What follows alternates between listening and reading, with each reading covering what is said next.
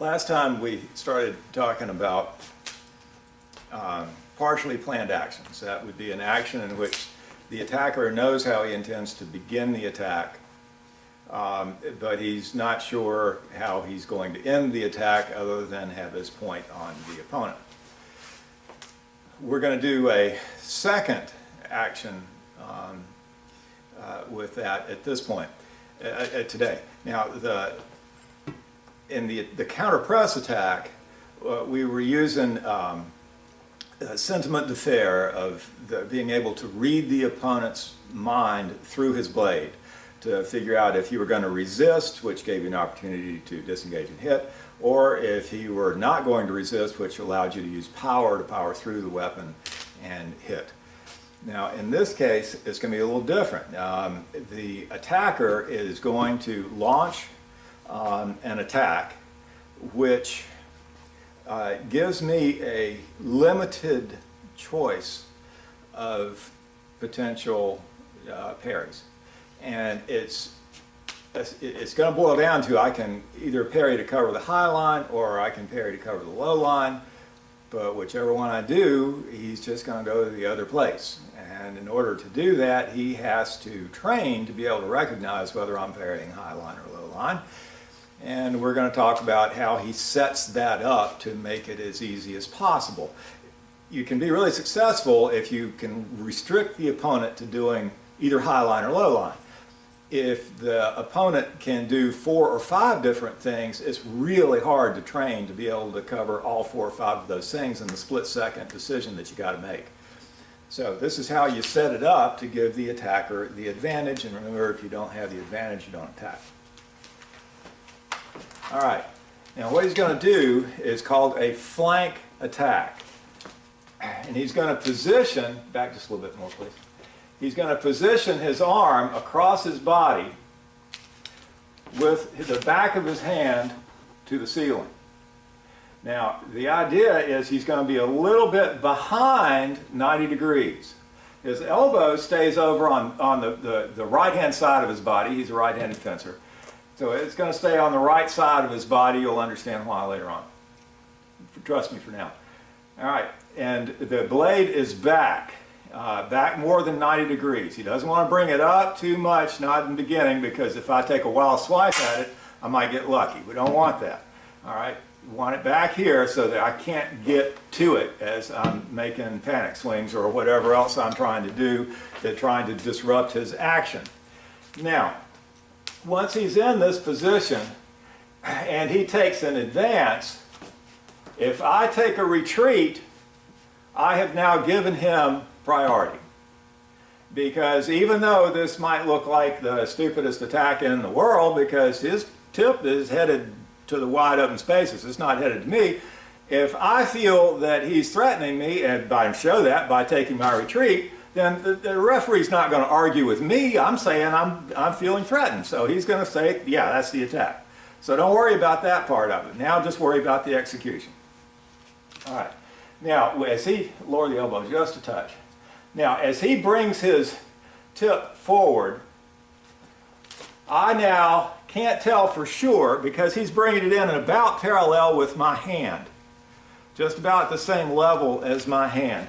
I'm going to have to do a parry to cut off the top, in which case he comes underneath, or I'm going to have to do a parry that covers the bottom, in which case he comes over the top. He doesn't care. Now, there are various parries that I could make.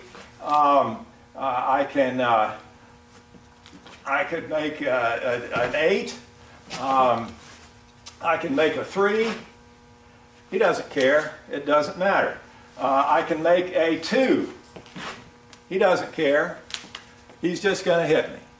I can make a nice classic 6. He doesn't care. I'm hit. All right.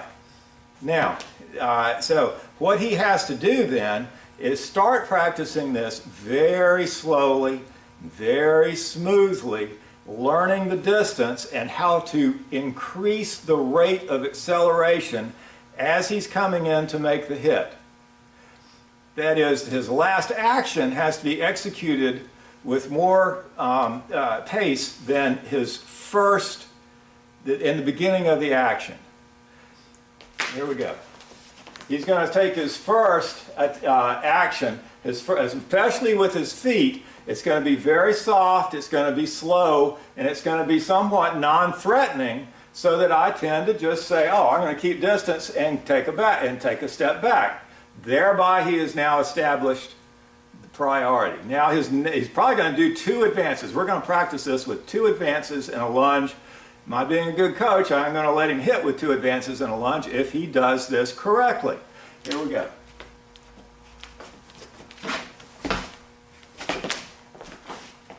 Back just a bit more, okay.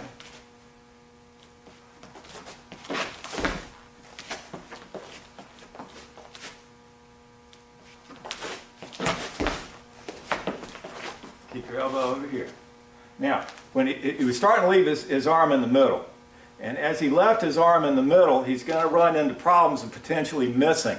He needs to have his arm, when he hits, over to this side of my body, so he gets this big old target here to hit. We've talked about that in one of the very first lessons. So he needs to have his elbow over here and not let the elbow come over across his body as he's beginning to make the attack. The elbow needs to stay here. Bring the hand back over here, but not the elbow, because the elbow is going to be the center of his rotation as he comes underneath the blade or on top of the blade.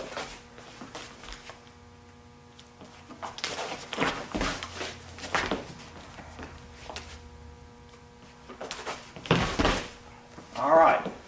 Now, that's the execution, and it starts with a very soft, smooth first step, and then he accelerates through. Now, we're not going to worry about getting up to competition speed right now. Let's suppose then that I do a trick. Let's suppose I try an attack on preparation, because I'm worried about what he's doing. I realize his point isn't really hitting me, isn't really threatening me yet. So I decide I'm going to steal the right of way. So I'm going to attack into his preparation. And because his elbow is over there, he's going to gather my blade and hit me without a problem. Thusly. Now, this is also why he needs to take that soft first step. If I attack into him, he hasn't really crushed the distance enough that that makes it difficult for him to stop my attack on preparation. He still has enough distance between us that he can react to my hit and parry and repost. Boom. Thusly. So, now of course I could go underneath, in which case he would, here we go, ready? Boom. Alright, so he sweeps my blade depending on what I'm trying to do and hits regardless, inviting my action into him, in fact. Okay.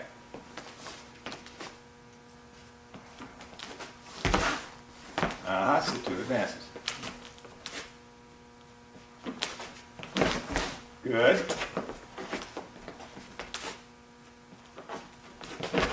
Good. Good.